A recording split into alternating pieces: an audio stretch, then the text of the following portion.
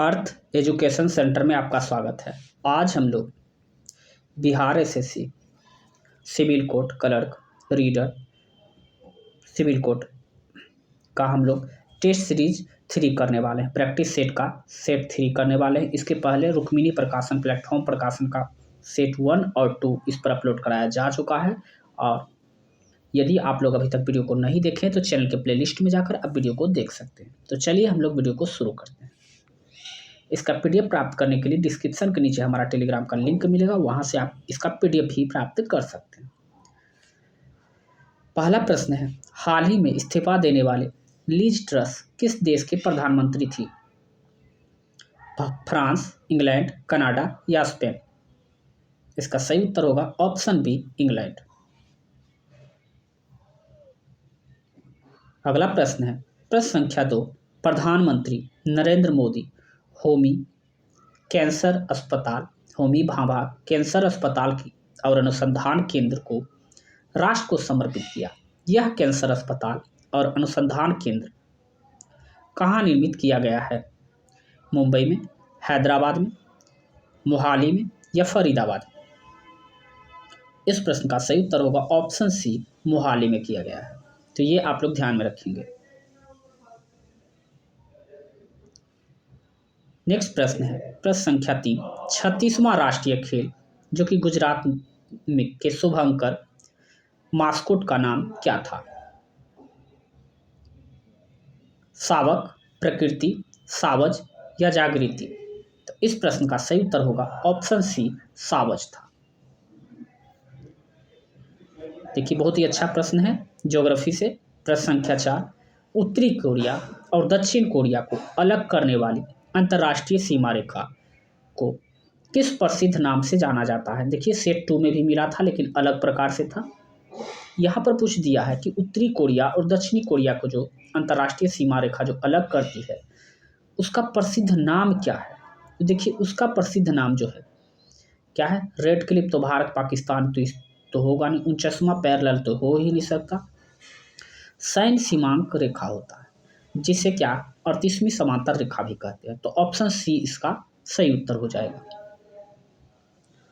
प्रश्न संख्या 5, भूटान की सीमा इनमें से किस भारतीय राज्य से जुड़ी नहीं है?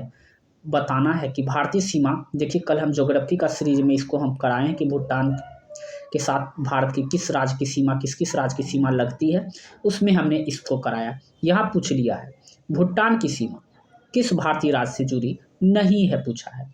तो असम से जुड़ता है बिल्कुल, सिक्किम से भी जुड़ता है, पश्चिम बंगाल से भी जुड़ता है, लेकिन उड़ीसा राज्य जो है जिससे कि भूटान की सीमा नहीं जुड़ती है। तो इस तरह से निगेटिव का निगेटिव आंसर हो जाएगा डी, ऑप्शन डी इसका सही उत्तर होगा।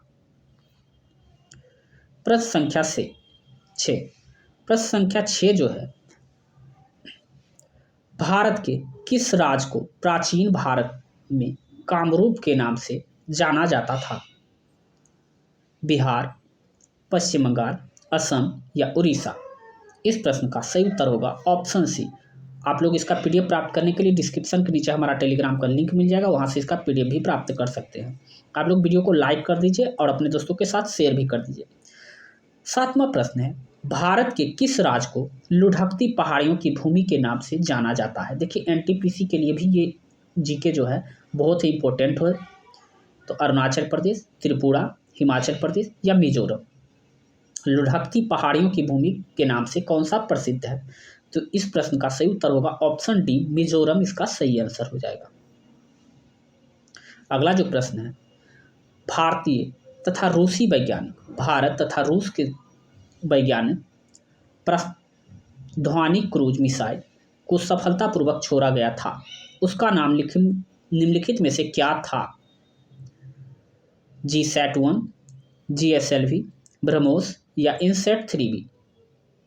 तो भारत और रूस के सहयोग से जो छोड़ा गया था उसका नाम था ब्रह्मोस था। ऑप्शन सी इसका सही उत्तर होगा। अगला जो प्रश्न है, मंगल ऑर्बिट मिशन MOM, मंगल ऑर्बिट मिशन मंगलयान के किस वर्ष प्रक्षेपित किया गया था? 2012, बी ऑप्शन 2013, 2014 या 2015?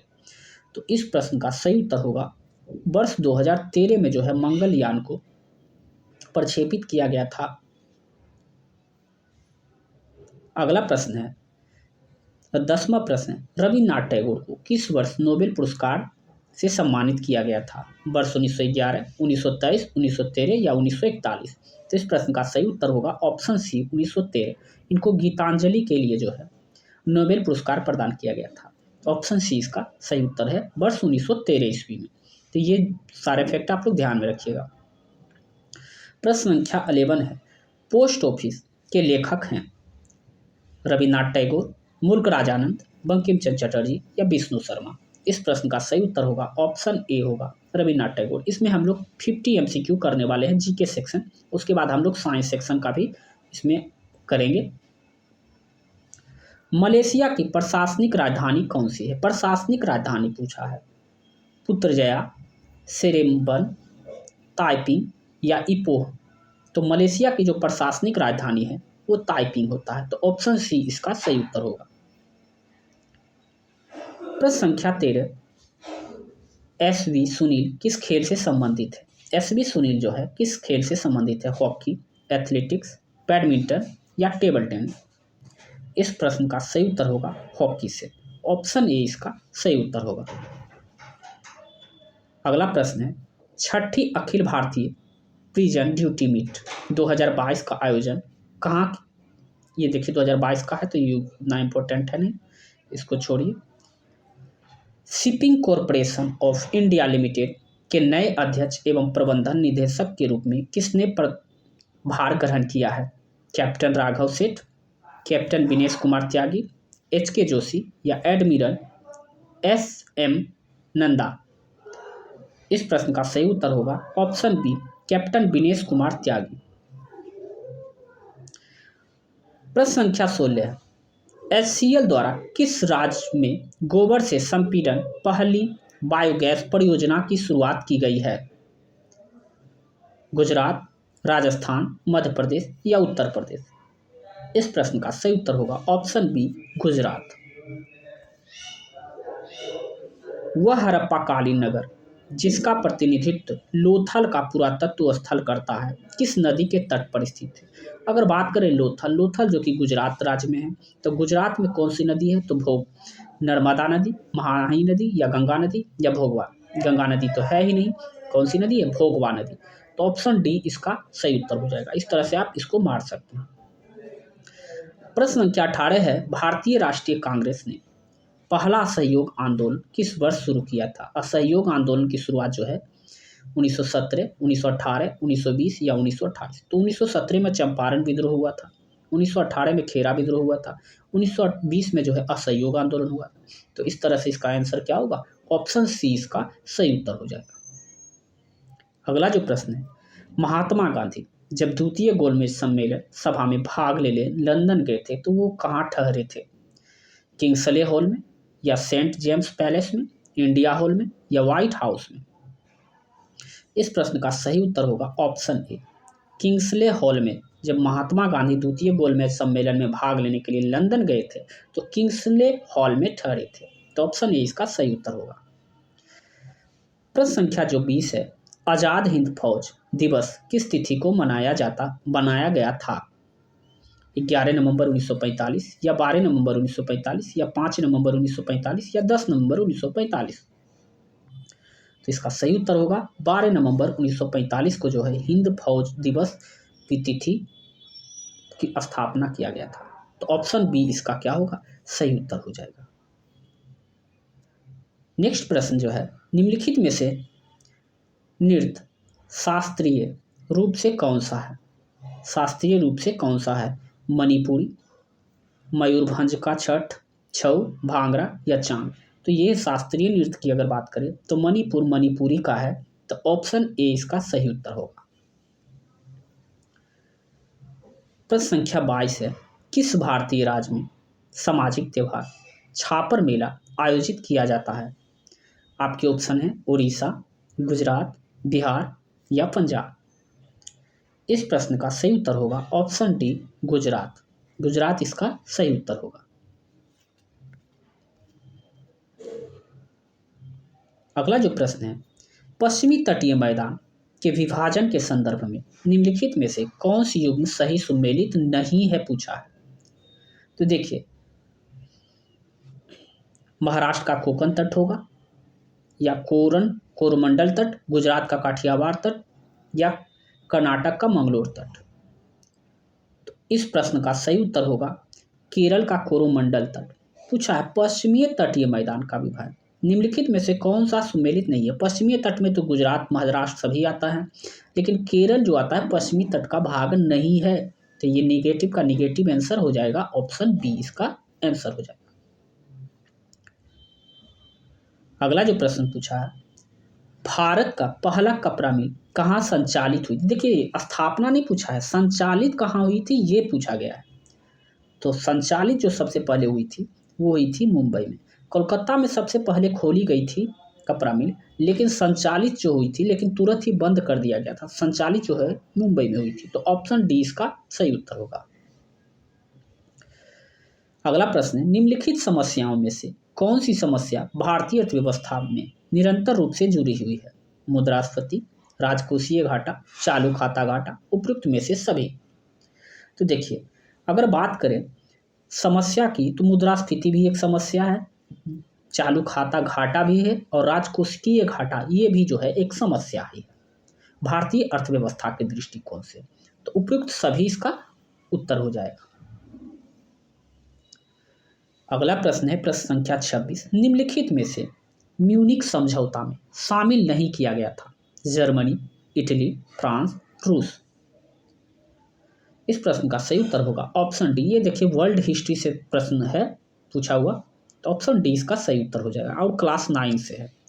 निम्न में से अजातशत्रु के वंश का क्या नाम था। अजातशत्रु के वंश का क्या नाम है बताना है। गुप्त वंश थे, नंद वंश, मौर्य वंश या हर्यक वंश। तो अजातशत्रु जो थे हर्यक वंश से। तो ऑप्शन आंसर क्या होगा, ऑप्शन डी हो जाएगा इसका सही उत्तर। निम्न में से किस वंश की शासिका रानी दीदा थी। कारकेट वंश, लोहार वंश, चंदेल वंश या उत्पल वंश। इस प्रश्न का सही उत्तर होगा ऑप्शन डी, उत्पल वंश। ऑप्शन डी इसका सही उत्तर होगा।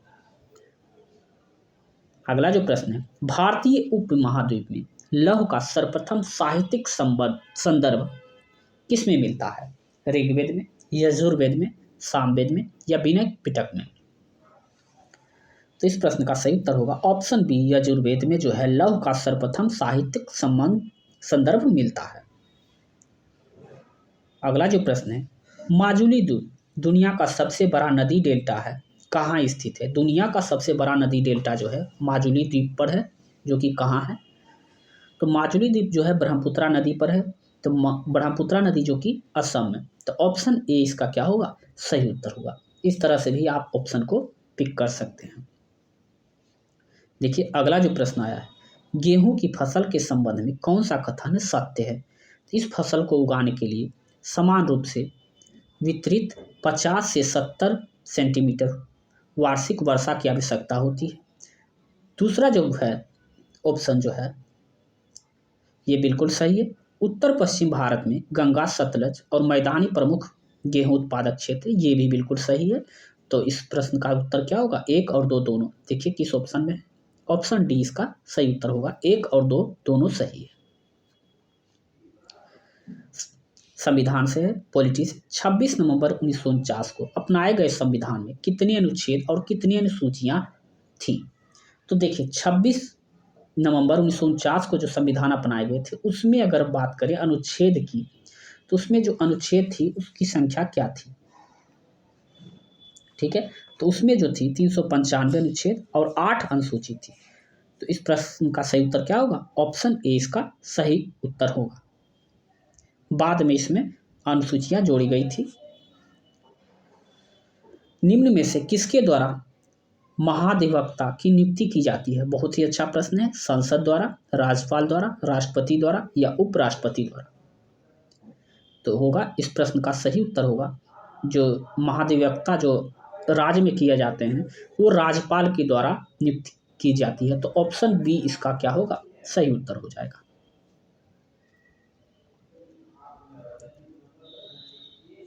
हम लोग जीके सेक्शन अभी करने वाले हैं पूरा। संविधान प्रारूप समिति के समझ प्रस्तावना का प्रस्ताव किसने लिखा? बहुत ही अच्छा प्रश्न है ये। संविधान प्रारूप समिति के समझ प्रस्तावना का प्रस्ताव किनके द्वारा लिखा गया था? Jawaharlal Nehru, B Bhimrao Ambedkar, B N. राव या महात्मा गांधी? इस प्रश्न का सही उत्तर होगा जवाहरलाल नेहरू के द्वारा। प्रस्तावना जो है जवाहरलाल नेहरू के द्वारा लिखा गया था। प्रस्तावना जो प्रस्तावित रखे थे संविधान सभा के समिति के, तो वो जो है जवाहरलाल नेहरू के द्वारा प्रस्ताव रखा गया था। बहुत बार पूछा गया प्रश्न है। बिहार सोशलिस्ट पार्टी का गठन कब हुआ था? ये भी बहुत पूछा गया, बीपीएससी ट्री 2 में पूछा गया था। इस प्रश्न का 1931, 1939, 1934 या 1930 में। तो बिहार सोशलिस्ट पार्टी का गठन जो है 1931 में किया गया था। तो ऑप्शन ए इसका सही उत्तर होगा। पाकिस्तान की पहली महिला प्रधानमंत्री कौन थी? पाकिस्तान की पहली महिला प्रधानमंत्री कौन थी? बहुत ही आसान प्रश्न है। बनर्जी भुट्टो थी। ऑप्शन ए इसका सही उत्तर होगा। अगला जो प्रश्न है, म्यांमार कब आज़ाद हुआ था? 17 जून 1944, 4 जनवरी 1948 या 17 अगस्त 1945 या 17 अप्रैल 1946 को? इस प्रश्न का सही उत्तर होगा ऑप्शन बी 4 जनवरी 1948 को जो है म्यांमार आज़ाद हुआ था। देखिए करेंसी से है, रूस की मुद्रा का नाम क्या है? तो रूस की मुद्रा का नाम जो होता है यूरो है या रियाल है या रूबल है। तो रूस की जो मुद्रा है वो रूबल है। तो ऑप्शन सी इसका क्या होगा? सही उत्तर हो जाएगा। अगला जो प्रश्न है, हिंदी किस लिपि में लिखी जाती है? देवनागरी, रोमन, पाली या पारसियन? तो हिंदी जो लिखी जाती है देवनागरी में, जबकि इंग्लिश जो लिखा जाता है वो रोमन में। तो इस तरह से इस प्रश्न का उत्तर ऑप्शन ए हो जाएगा। किस पंचवर्षीय योजना के समय भारत में पंचायती राज व्यवस्था का प्रथम बार लाया गया? पंचवर्षीय, किस पंचवर्षीय योजना में भारत में पंचायती राज व्यवस्था का प्रथम बार लाया गया था? बताना है प्रथम बार, द्वितीय, पांचवी या छठी? इस प्रश्न का सही उत्तर होगा द्वितीय पंचवर्षीय योजना के समय जो है भारत में पंचायती राज व्यवस्था लाया गया था। तो ऑप्शन बी इसका सही उत्तर होगा। प्रथम पंचवर्षीय योजना का काल जो है 1951 से 55 था और द्वितीय का, तो इस तरह से इस प्रश्न का उत्तर क्या होगा? ऑप्शन बी इसका सही उत्तर होगा। 5-5 साल का कार्यकाल था। अगला जो है, पंचायतों एवं नगर पालिकाओं के संबंध में भारतीय संविधान में किस वर्ष प्रावधान किया गया? 1991, 1995, 2000 या 1993? पूछा गया है पंचायत एवं नगर पालिका के संबंध भारतीय संविधान का में प्रावधान किस वर्ष लाया गया था? इस प्रश्न का सही उत्तर होगा वर्ष 1991 में लाया गया था। ये भी बहुत ही अच्छा पॉलिटी से प्रश्न है। पंचायती राज व्यवस्था, पंचायती राज व्यवस्था से बहुत सारे प्रश्न आते हैं और पंचायती राज व्यवस्था हम डिटेल में करा चुके हैं, वीडियो आप लोग देख लीजिएगा। पंचायती राज व्यवस्था का मूल उद्देश्य क्या सुनिश्चित करना है? विकास में जनभागीदारी, राजनीतिक जवाबदेही, लोकतांत्रिक विकेंद्रीकरण, वित्तीय संग्रहण, फाइनेंसिंग, मोबिलाइजेशन। तो इसमें से क्या होगा? तो देखिए इसमें जो है वित्तीय संग्रहण नहीं होगा और बाकी जो है 1, 2 और 3 तीनों सही है। इस प्रश्न का सही उत्तर क्या होगा? ऑप्शन ए ही इसका सही उत्तर हो जाएगा। अगला प्रश्न है, देश में सर्वाधिक समृद्धि दर प्राप्त की गई थी किस योजना के तहत? 8वीं योजना, 10वीं योजना, 9वीं योजना या 7वीं योजना? इसका सही उत्तर होगा ऑप्शन बी, 10वीं योजना के तहत देश में सर्वाधिक वृद्धि दर प्राप्त की गई थी।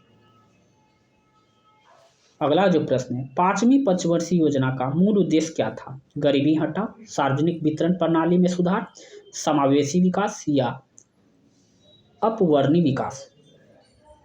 इस प्रश्न का सही उत्तर होगा क्या? गरीबी हटाओ। 5वीं पंचवर्षीय योजना में मूल उद्देश्य जो भारत में था वो था गरीबी हटाओ का नारा दिया गया था। अगला जो प्रश्न है, प्रधानमंत्री जनधन योजना के संदर्भ निम्नलिखित कथनों पर विचार करिए। इसे वर्ष 2014 में शुरू किया गया था। बिल्कुल, इसके अंतर्गत लोगों को बैंक खाते खोलने के लिए प्रोत्साहित किया गया था, ये भी बिल्कुल सही है। इसका उद्देश्य बचत को बढ़ावा देने के साथ सरकारी योजनाओं के अंतर्गत मिलने वाले सभी लाभों को आर्थिक सहायता सीधे खाताधारक को हस्तांतरित करना, ये भी बिल्कुल सही है। तो इस प्रश्न का उत्तर क्या होगा? सभी।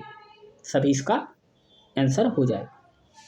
अगला प्रश्न है, नौकर पेशी लोगों के बीच लोकप्रिय बचत योजना लोक भविष्य निधि, जिसको पीपीएफ कहा जाता है, वर्तमान में कितना ब्याज मिल रहा है?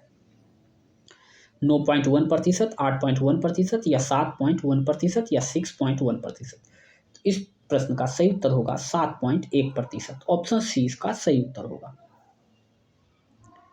अगला प्रश्न है, स्वामित्व योजना का शुभारंभ कब हुआ था? 24 अप्रैल 2014, 24 अप्रैल 2019, 24 अप्रैल 2019 या 24 अप्रैल 2020? दो ऑप्शन रिपीट हो गया है। तो इस प्रश्न का सही उत्तर होगा 24 अप्रैल 2020 को जो है स्वामित्व योजना का शुभारंभ किया गया था। तो ऑप्शन डी इसका सही उत्तर होगा। अगला प्रश्न है, 1778-79 में ग्रामीण विकास का एक व्यापक कार्यक्रम प्रारंभ किया गया, जिसका उद्देश्य ग्रामीण बेरोजगारी कम करना था। इस योजना का नाम क्या था? राष्ट्रीय विस्तार योजना या समन्वित ग्रामीण विकास कार्यक्रम, राष्ट्रीय कृषि विकास या राष्ट्रीय गोकुल मिशन?